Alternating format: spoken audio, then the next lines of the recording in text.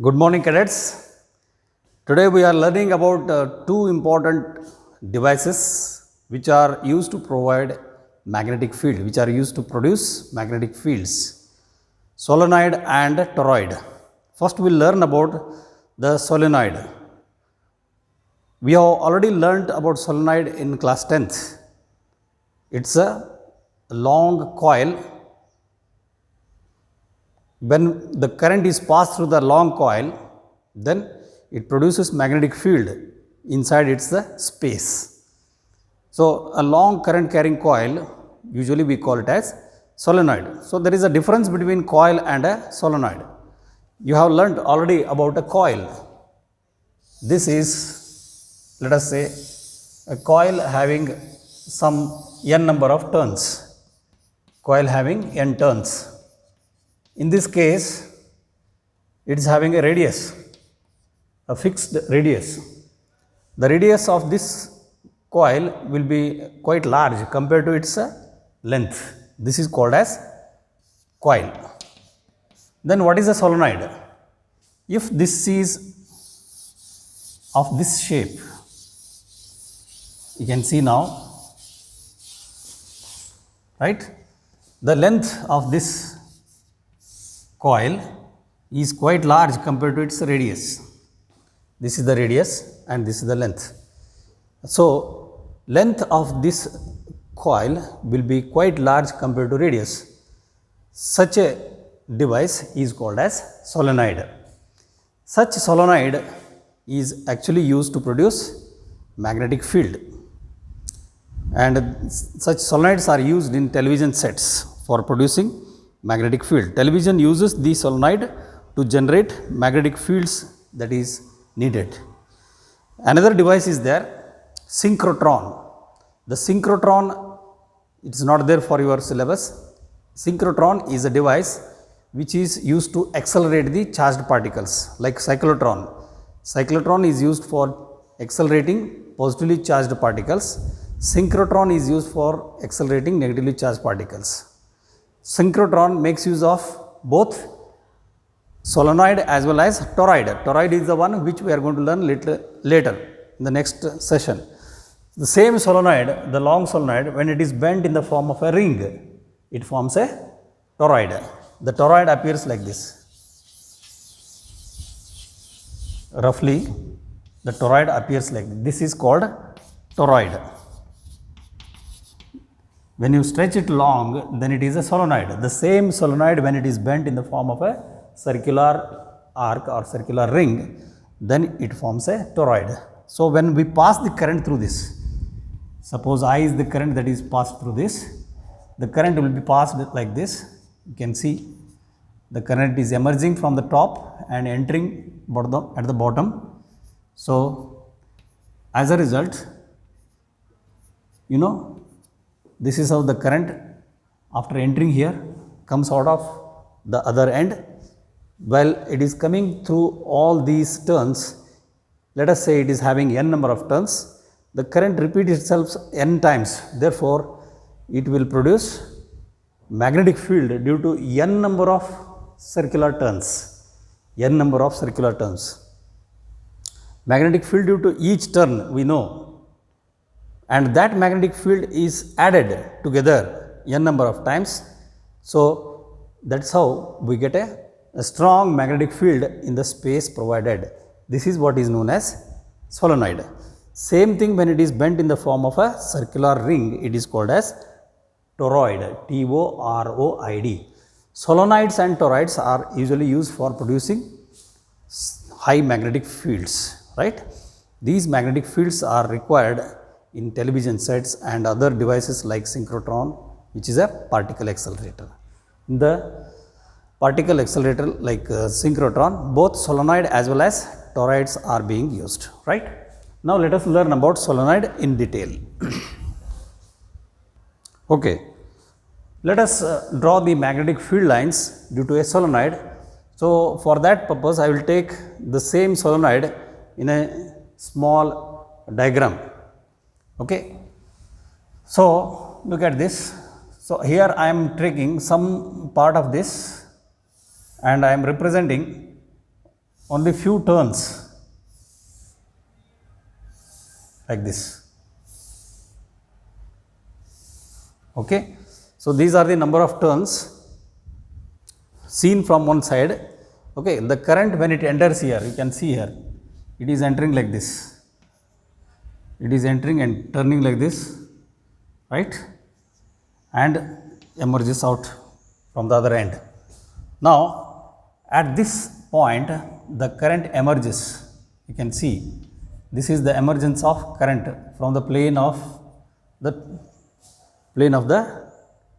solenoid, and here it is entering into the plane of the board,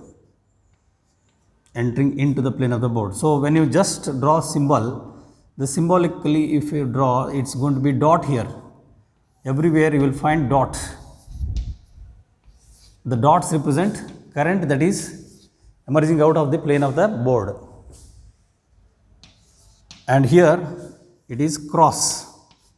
The cross means current is entering in, here it is emerging out, here it is entering into the plane perpendicular to the plane, right. So, this is the symbolic presentation of the current. Now, as a result, what happens? You know, around this current where it is entering in or current where it is entering out, we can draw the magnetic field lines. Circular magnetic field lines can be drawn.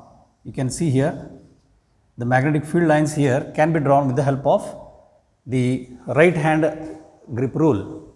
See, the curling of the fingers represent the current and this thumb represents the direction of magnetic field. So, if the curling of the fingers represent the direction of the currents, the magnetic field is represented by thumb. So, you can very easily draw the magnetic field like this. Magnetic field lines can be drawn like this, right. Now, around this you will have magnetic fields which will be anti-clockwise magnetic field lines. You can just see when the current comes out, the curling of the fingers represent the field lines. Both way we can apply. So, here it is anti-clockwise. So, anti-clockwise field lines can be drawn like this.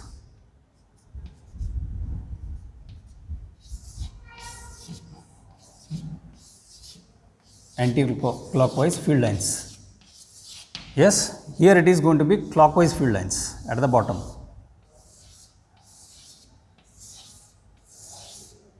This is how one can draw the diagram for magnetic field lines of a solenoid. So, here it is clockwise,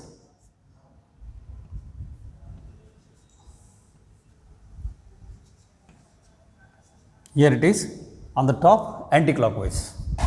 So, when you draw the anti-clockwise, you see all are in the same sense. So, if you just draw magnetic field lines here, so they will be forming a closed loop like this, right, which is anti-clockwise, and here it is going to be closed loop which is clockwise. Next line will be of very large size. It is forming a closed loop. You see the spacing between the field lines, will be very large. So, like this you are going to have.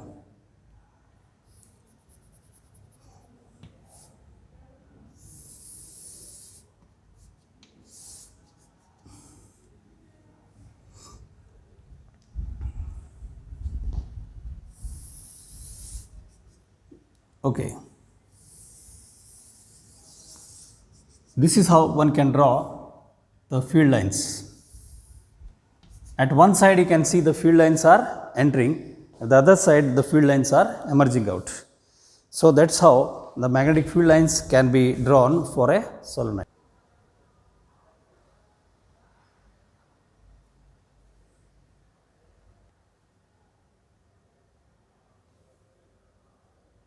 Yes, same solenoid I have drawn schematically in this fashion. The dots represent the direction of currents emerging out and the cross marks represent the direction of currents entering in. So, with the help of right hand rule, I can find out the direction of magnetic field lines You can see the magnetic field lines which are shown here. So, currents are emerging out and here they are entering in. So, this is how magnetic field can be depicted, and you can see inside the solenoid the field lines are parallel. It means magnetic field is uniform inside the solenoid and it is taking the constant value.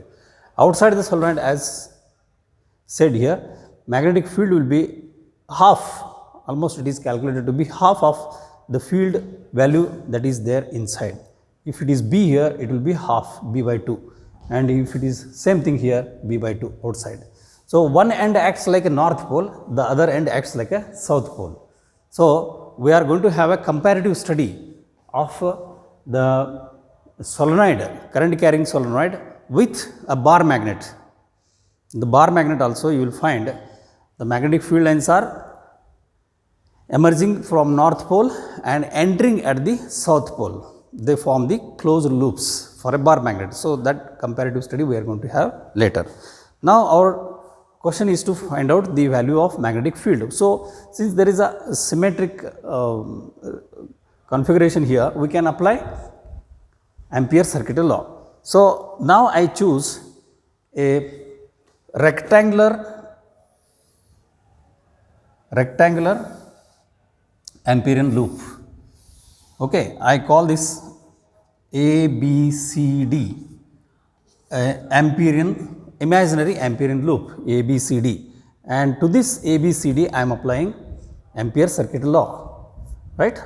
How much is the current that is here?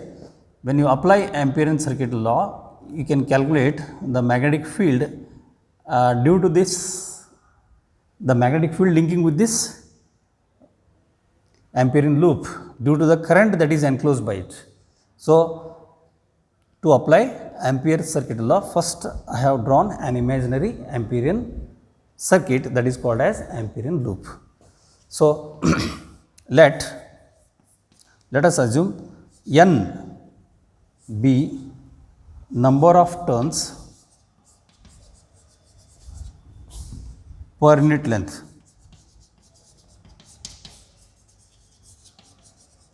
So, if totally n number of turns are there, then n is equal to n by L, where L is the length of the solenoid. Let us take L as the length of the solenoid. So, here L length of the total length of the solenoid, and capital N number of turns of the solenoid, So, number of turns per unit length becomes capital N by L. So, so many number of turns per centimeter, so many number of turns per meter, that is how small n is representing.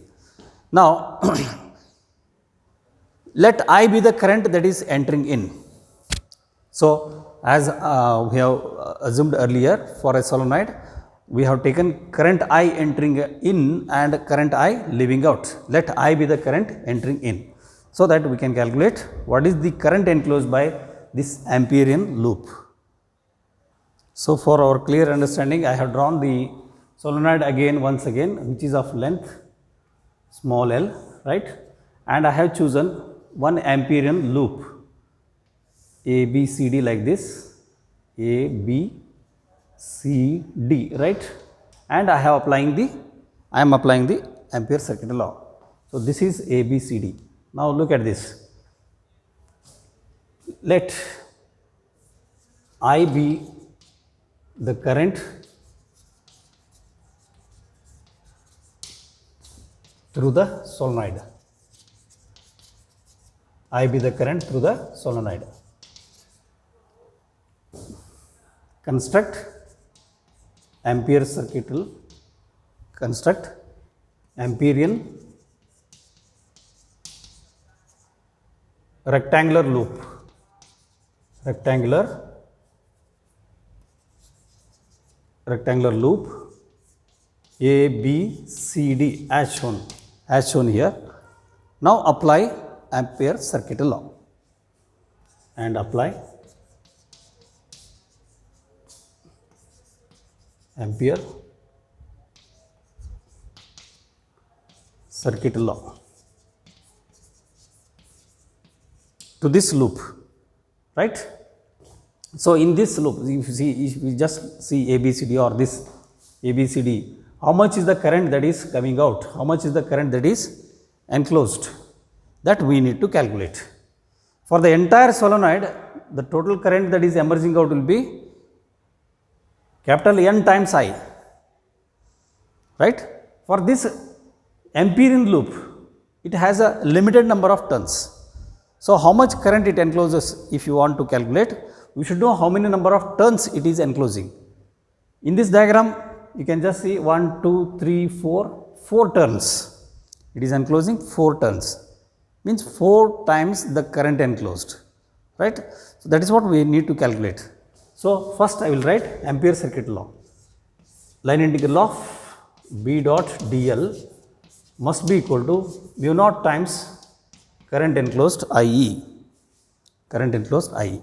Now the Amperian circuit here is ABCD, that is ABCD. So first I have to calculate B dot dl for AB. So I will just write it as B dot dl from A to B plus next B dot dl for B to C plus B dot dl, integration of B dot dl from C to D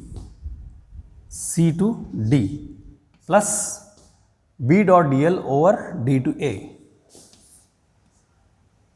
B dot dl of, yes, integral of B dot dl from D to A, D to back to A. So this is equal to mu naught times IE, right? So what is the magnetic field from A to B along this line?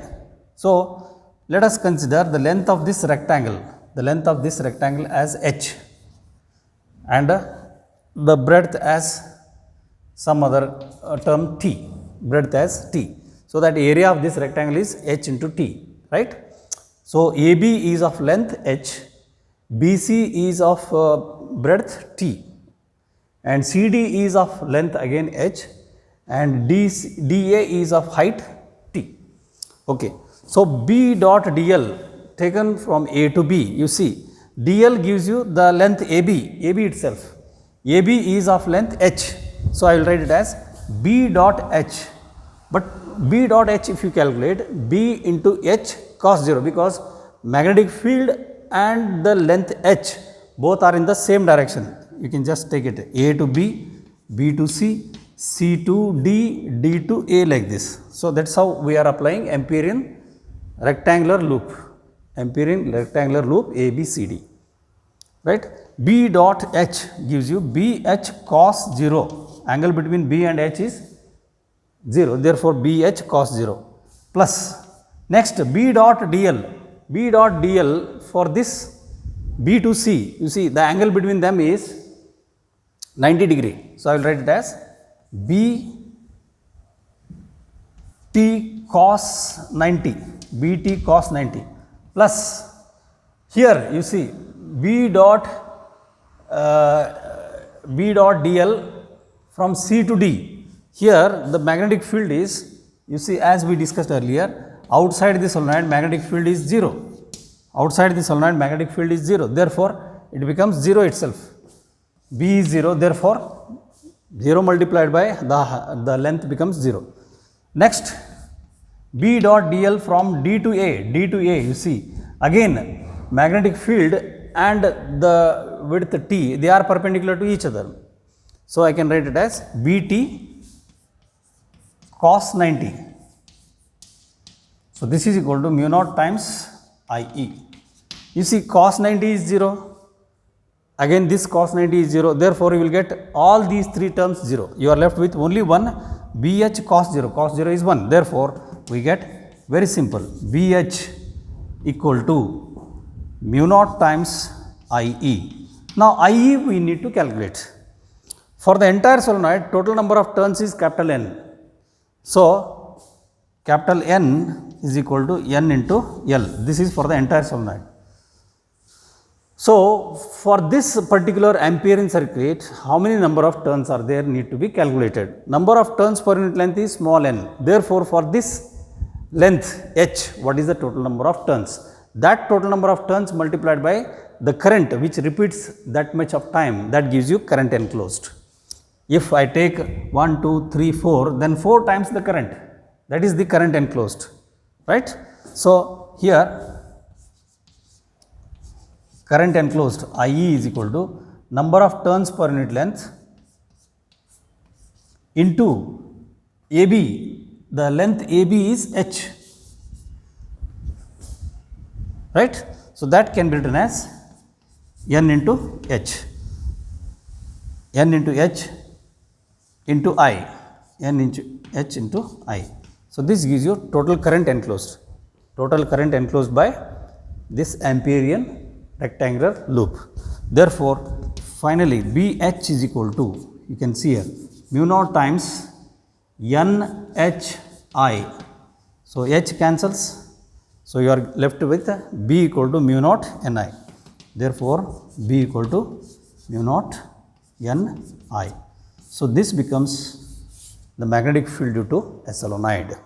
So, you can see here, magnetic field depends on the number of turns per unit length, how closely the turns are wound.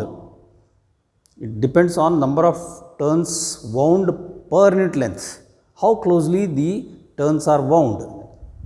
If n is large, number of turns per unit length is high. If it is more, then definitely magnetic field is of high strength. Second thing, B is directly proportional to the current I. More the strength of the current that is passed through this, more the number of turns and more the strength of the current, more is the magnetic field. So, that is how we get a very important result. Magnetic field due to a solenoid is equal to mu naught Ni, right. So, we can conclude B is therefore directly proportional to strength of the current and B is directly proportional to number of turns per unit length, and B is also directly proportional to the constant. What is that constant here? Permeability of the space. If that space is vacuum or air, then we take permeability of that space as mu naught. If it is filled with, suppose this space is filled with some ferromagnetic material like soft iron, then that ferromagnetic material will be having very high value of the permeability of the order of 1000 times mu naught. Then obviously, this mu naught is replaced by mu, the permeability of that ferromagnetic material. Then the strength of the magnetic field will be still enhanced. So, B is directly proportional to permeability of the space. Permeability of the space that is filled. The space that is filled is usually called as core. Permeability of the core, it is usually called as core. If this core is filled with a ferromagnetic material like soft iron, then strength of the magnetic field will be very large, right. So, larger the strength of the current, more is the magnetic field, more the number of turns per unit length, more is the magnetic field, and it depends on the medium that is filled inside. Okay.